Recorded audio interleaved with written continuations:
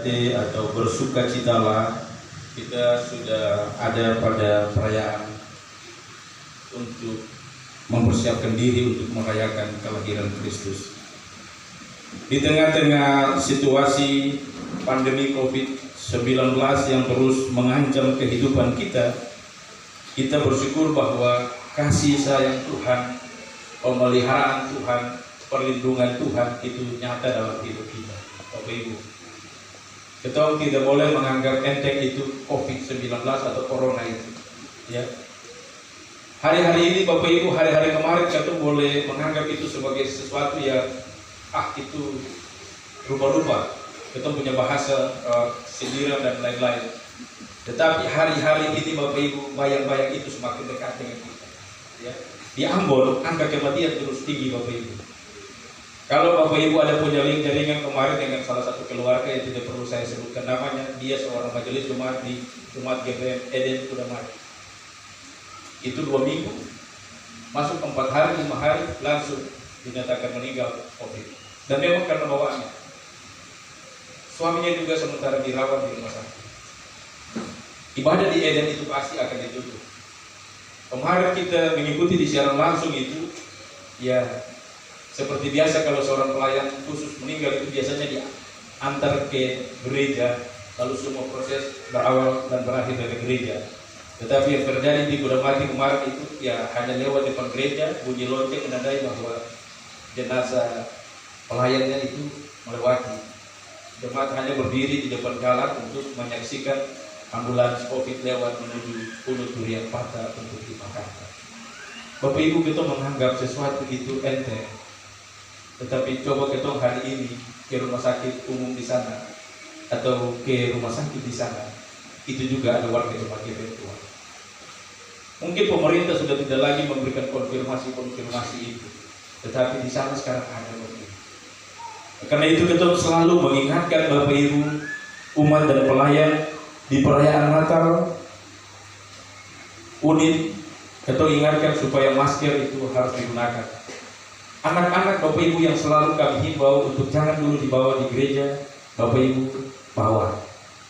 Karena itu juga harus bawa masker. Karena anak-anak ini rentan, sangat rentan. Bapak Ibu ini perlu kami ingatkan, karena COVID ini kita setahu akal rupa seperti apa Bapak Ibu. Tetapi sekali dia datang kepada kita, itu tidak pilihan-pilihan lain seperti yang tadi. Jadi mari kita terus saling mengingatkan, ya. Cara gereja mengingatkan bersama dengan pemerintah untuk selalu ada, karena ini untuk kebaikan kita masing-masing dan semua orang Bapak Ibu. Kebaikan keluarga, kebaikan rumah tangga, kebaikan semua orang bersaudara. Kalau kita jaga protokol dengan baik, itu jaga kita dan jaga juga orang lain. Karena apa Bapak Ibu? Kalau kita seketatin protokol ini, ya kita berharap tidak ada ketegasan lebih dari pemerintah, karena di Ambon itu diprediksikan nanti 24 dan lain-lain itu sampai di penghujung tahun itu dikembalikan di rumah. Karena angka kematian terus meningkat di Ambon. Nah ini kembali kepada kita semua, soal kesadaran, ya, soal ketaatan, dan ini untuk keselamatan kita Bapak Ibu. Ini pemulai khotbah saya harus bilang begini, supaya mengingatkan kita semua jangan pernah lalai. Bapak Ibu, saudara-saudara jemaat yang diberkati Tuhan, di perayaan Minggu Adventus ketiga, masa penantian akan kedatangan Tuhan, yang kita nantikan ini Tuhan yang sudah datang, sedang dan akan datang sebagai hakim dan sebagai raja atas hidup kita. Karena itu yang dituntut oleh orang beriman ialah berpengharapan, ya, berpengharapan di dalam Tuhan. Ya. Pada perayaan Minggu Adventus pertama di sini saya katakan bahwa kita menanti dalam pengharapan, menanti dengan keyakinan bahwa Tuhan akan datang, iya. Tetapi jangan kita dengan iman kita, dengan cara kita menentukan waktu, tanggal, kapan Tuhan datang. Itu tidak benar Bapak Ibu. Ya. Sekalipun dia bergelar pendeta, hati-hati dengan pendeta itu. Kalau dia sudah menentukan kapan, waktu, itu bukan lagi pendeta. Ya. Karena Alkitab memberi kesaksian, aku datang seperti pencuri, tidak seorang pun tahu melainkan Bapa yang di surga. Ya. Jadi kalau bikin diri Tuhan bahaya Bapak Ibu. Kalau kita mau menjadikan diri ini sebagai Tuhan itu bahaya. Karena pendeta, penatua, yakin gereja ini alat kecil di dalam tangan Tuhan. Kita pelayan, kita hanya hamba.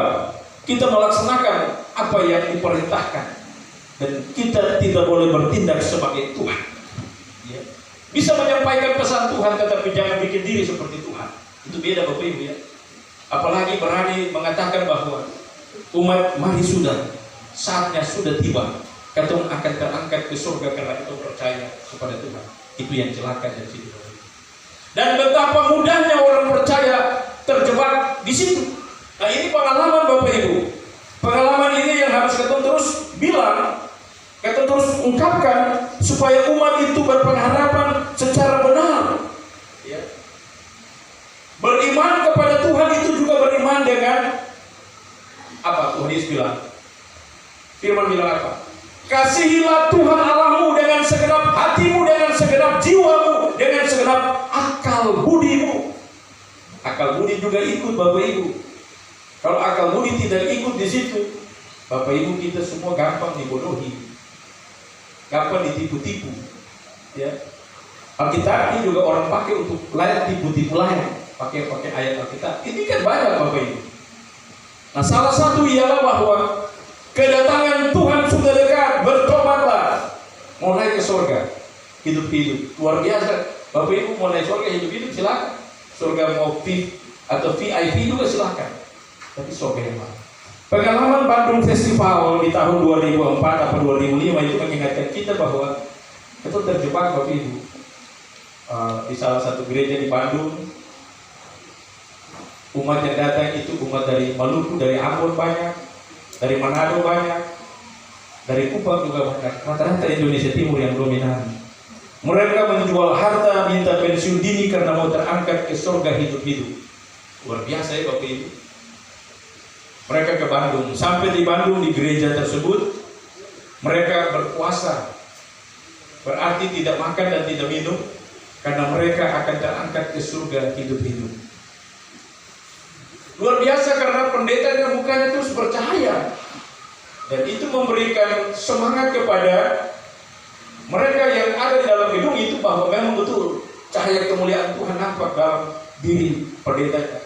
Karena wajahnya terus bersinar bercahaya, sementara mereka ini karena tidak makan dan tidak minum, dia swak-swak, dia tidak bertenaga. Kenapa pendetanya dia bercahaya?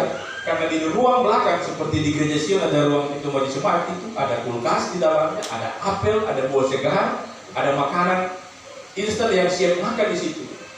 Jadi ketika umatnya disuruh bernyanyi, berpuasa, berdoa, bernyanyi, beliau ke belakang rehat beberapa menit untuk makan, untuk minum. Nah, mereka di muka ini tinggal menunggu waktu kapan untuk terangkat ke surga hidup-hidup.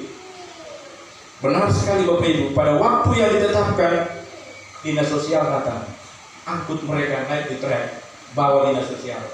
Jadi mereka bukan terangkat ke surga, tetapi terangkat di trek. Iya. Itu karena apa Bapak Ibu? Karena kita harus punya pemahaman yang benar. Kita baca Alkitab salah. Kenapa? Alkitab sudah ingatkan, Injil Matius, Lukas, Tesalonika sudah bilang, aku datang seperti pencuri pada waktu malam, tidak seorang pun tahu. Kalau seorang tahu pencuri akan datang, dia sudah bersiap, dia sudah menanti. Saya bilang minggu lalu di gereja Sion, yang sekarang ini ibu-ibu di rumah itu siap jaga-jaga, malam-malam itu pencuri aglonema di rumah itu banyak, iya kan? Yang diminta oleh kita orang percaya ialah berjaga-jagalah, sedialah, itu berjagalah, bersedialah. Sebagai orang percaya kita menanti dalam pengharapan, karena itu kita terus berjaga-jaga. Lagu 2 sahabat lama bilang apa? Tak lama Tuhan datanglah. Dia punya referen, hendaklah engkau jaga-jaga. Itu yang benar Bapak Ibu. Jadi bagi orang percaya kita diminta untuk berjaga-jaga. Seperti dalam Injil Matius, mempelai akan datang lalu diumpamakan dengan 5 gadis yang bijak dan 5 gadis yang bodoh itu. Umat diminta untuk berjaga-jaga, siap minyak dan lain-lain. Mempelai datang kapan kita tidak tahu. Tapi ketika mempelai datang itu sudah siap, dan karena itu 5 gadis bijaksana itu masuk dalam pesta karena mereka siap menanti. Umat percaya kita itu juga harus seperti itu. Nah, dalam konteks bacaan kita di pagi ini bahwa umat Israel ada di tengah-tengah situasi di mana mereka terpuruk karena pembuangan di Babel. Mereka mengalami suatu penderitaan yang luar biasa hebat sebagai bentuk penghukuman Allah kepada bangsa ini karena mereka tidak taat, tidak setia. Mereka dihukum. Ya, bayangkan Bapak Ibu, kepada Israel ini Allah berjanji kepada Abraham, Ishak dan Yakub, bangsa ini diberkati. Ya. Umat ini disebut dalam kitab-kitab Taurat itu umat pilihan Allah, umat kepunyaannya, umat kesayangannya. Tetapi Bapak Ibu kita bisa bayangkan saja, yang dikasihinya, yang disayanginya pun dihukumnya, dibuang. Apalagi kita Bapak Ibu. Ya. Karena itu kalau kita bicara soal keselamatan orang Israel akan bilang begitu, kamu bangsa apa? Kamu baca di mana bahwa kamu ada dalam sejarah keselamatan Allah? Tidak ada. Di dalam Alkitab hanya ditulis keselamatan itu bagi bangsa Israel. Milik pusaka itu Israel. Tidak ada milik pusaka itu Amerika atau Jerman atau negara-negara Eropa yang tidak ada. Disebut itu hanya Israel.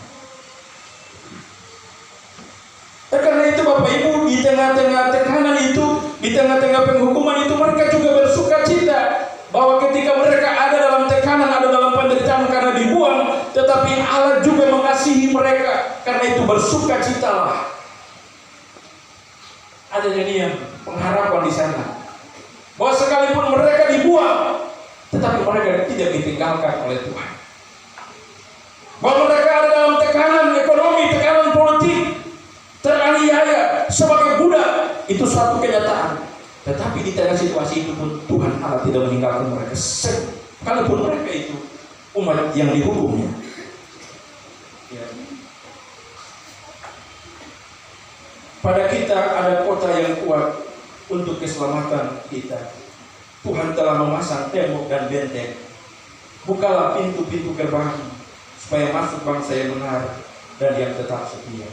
Dan seterusnya. Itu nyanyian satu pengharapan bahwa walaupun mereka dibuang, mereka dijajah oleh bangsa-bangsa lain, tetapi Tuhan ada. Dan dalam konsep orang-orang Yahudi, Israel, Ortodoks sampai di hari ini, konsep ayat 2 bukalah pintu-pintu gerbang ini juga di Israel, di pintu-pintu tembok-tembok itu, semua tembok bisa terbuka, tetapi satu tembok itu tertutup. Itu yang disebut dengan pengharapan mesianis orang Yahudi sampai akan datangnya Tuhan itu sampai hari ini itu ada. Jadi Bapak Ibu, itu satu gambaran ialah bagaimana umat Israel dituntut untuk percaya kepada Tuhan selama-lamanya. Bahwa sekalipun mereka dihukum, sekalipun mereka mengalami tekanan, penderitaan, tetapi mereka juga tetap dipelihara Tuhan. Karena itu mereka harus bersyukur kepada Tuhan. Ini menarik Bapak Ibu. Di tengah penderitaan tetapi dituntut untuk bersyukur. Kenapa Bapak Ibu? Karena hidup Israel ini ya ada setia, ada tidak setia, tetapi Allah tetap menunjukkan kasih setia. Coba kita baca dalam perumusan doa-doa atau ibadah-ibadah Israel itu, mereka selalu bilang begini, bahwasanya untuk selama-lamanya kasih setia Tuhan. Bahwasanya untuk selama-lamanya kasih setia Tuhan. Karena bagi mereka yang setia itu Tuhan. Dan mereka sebagai umat pilihan tidak setia. Karena itu nyanyian mereka, mazmur mereka ialah bahwasanya untuk selama-lamanya kasih setia Tuhan. Ini menarik Bapak Ibu. Kata ada sampai hari ini karena kasih setia Tuhan. Ya, betul Bapak Ibu? Karena walaupun di tengah penderitaan, di tengah tekanan ekonomi, di tengah ancaman pandemi COVID-19, kita bisa ada sampai hari ini, itu karena kasih setia Tuhan. Karena kasih sayang Tuhan, karena kita tidak bisa punya keyakinan bahwa kekayaan, kedudukan, jabatan kita itu yang menyelamatkan kita. Tidak ada yang kekal Bapak Ibu. Jabatan akan berakhir, kekuatan kita akan melemah, uang harta kita akan habis. Dalam semalam saja orang bisa kaya, tapi dalam semalam saja bisa habis.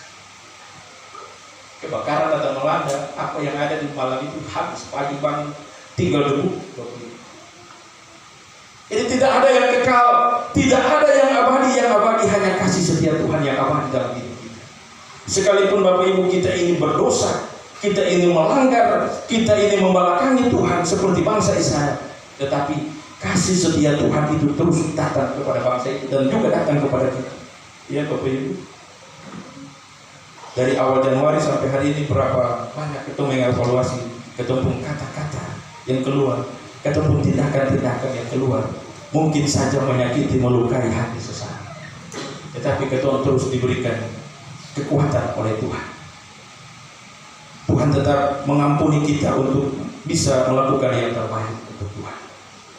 Jadi Bapak Ibu, mari kita bersyukur bahwa di tengah-tengah perayaan masa raya Adventus ketiga, kita semua ada dan diliputi suasana sukacita, walaupun bagi sebagian keluarga masih ada dalam pergumulan hidup yang berat.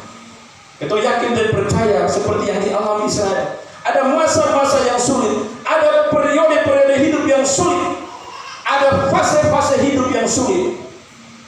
Tapi kita harus yakin dengan iman ialah bahwa pasti ada berkat dan sukacita yang Tuhan sediakan.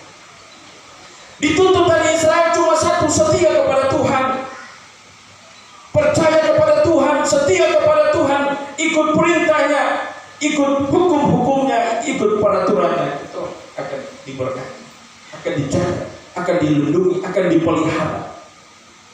Bahkan berkat-berkatnya ditulis, berkat Tuhan tidak berkesudahan, selalu baru tiap hari, tiap pagi itu selalu baru berkat Tuhan. Itu nyanyian ratapan. Di tengah-tengah mereka dibuang pun mereka berpengharapan bahwa kasih setia Tuhan tidak berkesudahan, berkatnya selalu baru tiap hari. Ya, Bapak Ibu, itu keyakinan, dan kita hidup harus dalam keyakinan bahwa Tuhan beserta kita, Immanuel, Allah beserta kita. Apapun tantangan, apapun tekanan, apapun badai, apapun persoalan hidup kita, kalau kita yakin ada Tuhan, maka kita yakin Tuhan akan menyelesaikan tiap persoalan yang kita hadapi. Amin, Bapak Ibu. Amin. Nah, itu orang percaya harus seperti begitu. Orang percaya harus seperti itu. Harus dalam keyakinan dan kepastian bahwa waktu Tuhan itu yang terbaik. Jadi kalau kita membaca Alkitab, pengkhotbah bilang Tuhan membuat segala sesuatu indah pada waktunya. Kita diminta untuk bersabar. Kalau kita membaca itu dan meyakini itu sebagai satu kebenaran yang tertinggi dan pasti, maka satu yang diminta dari kita ialah taat dan setia untuk menanti penggenapan akan kebenaran firman. Jadi orang Kristen, Bapak Ibu dan saya harus setia, sabar, tunggu. Ketemu ini kan kalau tek mamanat, tunggu sudah lama ini jalan-jalan pintas banyak Bapak Ibu ya. Biasa kalau orang tunggu sudah lama itu bosan. Betul Bapak Ibu ya? Kalau kita sudah mulai bosan, itu alternatif bayangan-bayangan lain di kepala itu sudah mulai berdatangan, mau ikut ini, mau ikut itu, mau ikut rupa-rupa. Nah itu kesabaran, kesetiaan kita diuji di sana. Apakah kita benar-benar setia, kita benar-benar sabar, kita benar-benar menanti atau tidak? Ya. Jadi Bapak Ibu, saudara-saudara, ini tantangan. Bagaimana kita mau menyongsong perayaan kelahiran Kristus? Itu dihadapkan dengan rupa-rupa tantangan, rupa-rupa ancaman. Ya. Bapak Ibu nonton televisi lah, kalau kita bilang Bapak Ibu di Sigi, Kabupaten Sigi, Maluku, Sulawesi Tengah, ada pembantaian, pembunuhan dan sekaligus pengerusakan tempat ibadah. Di tempat lain orang tidak bisa beribadah karena COVID. Kita bersyukur di Tuhan ini kita bisa duduk bersama seperti begini. Karena itu kita bersuka cita di sini dan sekaligus berdoa untuk mereka di sana. Supaya kita merasakan dan merayakan suasana masa raya Adventus, menanti kedatangan Tuhan dalam pengharapan, dalam sukacita. Dan yang mau penting yang beta harus bilang dari mimbar Bapak Ibu, jangan katong kacaukan, jangan katong hilangi rasa hikmat perayaan kita hanya dengan minuman keras. Ini anak-anak muda kita harus bilang Bapak Ibu, walaupun mereka juga jarang hadir di gereja, tetapi orang tua mari kita berperan. untuk mengingatkan mereka. Saya sudah pernah bilang bahwa yang bisa merusak hari-hari baik atau hari-hari perayaan keagamaan, yang bisa merusaknya itu cuma orang Kristen. Ya. Ini ketok di masa-masa raya Adventus, Natal, tapi ketok bakal lain. Cuma karena Sophie, bukan karena lain. Cuma karena Sophie, cuma karena pesta, cuma hal-hal kecil dia menjadi penyulut untuk hal-hal besar. Dan tidak ada sukacita, tidak ada damai di orang-orang seputar situ karena rumah mereka dilempar, mereka tidak bersalah, batu jatuh di atas rumah, kaca pecah dan lain-lain. Nanti kita bisa ada rasa aman. Penyebabnya apa? Ya, akan kesana kemari mabuk. Mabuk ini karena bukan minuman toko yang mahal-mahal. Mabuk ini karena minuman Sophie saja. Mabuk di Maluku ini yang ada orang bilang mabuk Johnny Walker atau mabuk whisky atau mabuk Legren atau mabuk minuman yang kelas berat tidak. Mereka mabuk cuma karena Sophie. Kalau turun level sedikit segiru, ya itu saja yang bikin kacau. Padahal minuman ringan tapi dia mengkacau paling besar. Tapi orang yang minum minuman mahal saya pernah bikin kacau itu luar biasa. Di Maluku, cuma ada di Maluku. Di mana lain orang minum minuman level kelas berat, Johnny Walker, lain-lain sebagainya. Tapi tidak ada mereka kacau-kacau. Tapi ketemu yang minum Sophie cuma mengkali alas pantai kelas saja. Tapi dia pun kacau itu sampai di Polres sana. Dia kacau itu masuk sampai di Polda sana, masuk sampai di Metro TV sana. Iya kan? Karena Sophie saja. Jadi mari Bapak Ibu, pesan ini juga kita harus sampaikan buat anak-anak kita. Hari ini masa raya Adventus. Mari kita merayakan Natal. Mari kita masuk dengan sukacita damai. Yang kita masuk dengan kebencian. Pasti Bapak Ibu yang punya rumah hancur karena ada lempar atau yang tidak bisa itu pasti marah-marah Bapak Ibu. Saya yakin itu pasti kita marah. Tapi itulah realita. Dan mari kita jaga Bapak Ibu supaya sukacita ini menjadi sukacita bersama, sukacita kita semua. Orang lain mengharapkan bahwa kita merayakan Natal ini dalam damai dan sukacita, tapi kita merusak semuanya. Mari Bapak Ibu, Natal ketemu Natal, jangan tambah-tambah di belakang Natal itu. Ya. Mari kalau itu syukur baptisan, jangan tambah embel-embel di belakang itu. Nanti kacau Bapak Ibu. Mari kalau rumah tangga berbahagia karena sukacita pernikahan di hari itu, cukuplah itu menjadi sukacita pernikahan. Karena ditambah embel-embel ini pasti ada kacau Bapak Ibu. Dan itu menghilangkan suasana hikmat, suasana sukacita di hari ini. Ya. Ketumpung pesta iman Bapak Ibu akan menjadi pesta huru hara karena Sophie saja. Orang saya bakal lagi karena lain ulang-ulang akan mempoin ada di Sophie. Jadi cuma minum pantai kelas ini saya habis lagi. Dia kesana mulus sedikit dia mulai kata-kata yang apa yang kalau dia normal itu lalat masuk juga dia tidak tahu. Tapi dia alas sedikit itu dia tidak ada putus-putus. Dan disitulah muncul benih-benih permusuhan, pertengkaran, kebencian ada di sini. Bapak Ibu kita boleh tertawa, ini fakta hari-hari sampai. Jadi mari Bapak Ibu, saudara semua, minggu Adventus kita sudah masuki minggu ketiga, tinggal 1 minggu kita Natal. Kita berharap sukacita ini kita terus rasakan, kedamaian damai di hati ini terus kita rasakan supaya Natal betul-betul Natal membawa damai, Natal betul-betul Natal membawa sukacita, kegembiraan bagi kita semua. Supaya Natal tidak diliputi ketakutan. Silakan mungkin di tempat lain orang masih ketakutan karena ancaman perang dan lain-lain. Tapi mari kita di sini kita Natal dengan sukacita. Suami dan istri hidup dalam sukacita, orang tua anak-anak hidup dalam damai, sukacita. Supaya ketika kita datang di Natal kita bersukacita. Itu di dalam keluarga. Bagaimana dengan tetangga bertetangga, saudara bersaudara. Ini minggu Adventus ketiga Bapak Ibu. Tinggal 1 minggu Adventus lagi. Ya. Jadi kalau sampai minggu Adventus masih bakal lain, masih baku marah, masih buang muka, masih benci satu dengan yang lain. Di Adventus keempat itu Bapak Ibu masing-masing bilang per diri sendiri, layakkah saya masuk ibadah Natal atau tidak? Ya. Masing-masing harus bilang kepada diri sendiri, pantaskah, layakkah saya masuk perayaan damai, sukacita di sana. Pantaskah saya masuk dengan hati yang benci-benci, hati yang marah-marah, hati yang tinggi-tinggi, darah tinggi, atau masuk ke sana? Jangan Bapak Ibu. Masuk Natal dengan damai, dengan sukacita. Karena itu minggu-minggu Adventus 1, 2, 3, 4 itu mempersiapkan hati kita supaya ada damai sukacita untuk kita merayakan.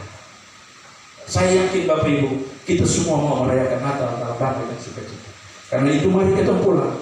Apa yang kurang kita benahi, apa yang belum kita lengkapi, supaya pada saatnya kita akan bersukacita dan bergembira. Itu Bapak Ibu poin bagi kita di minggu perayaan masa raya Adventus ketiga. Gaudete, bersukacita. Tuhan Yesus memberkati kita semua.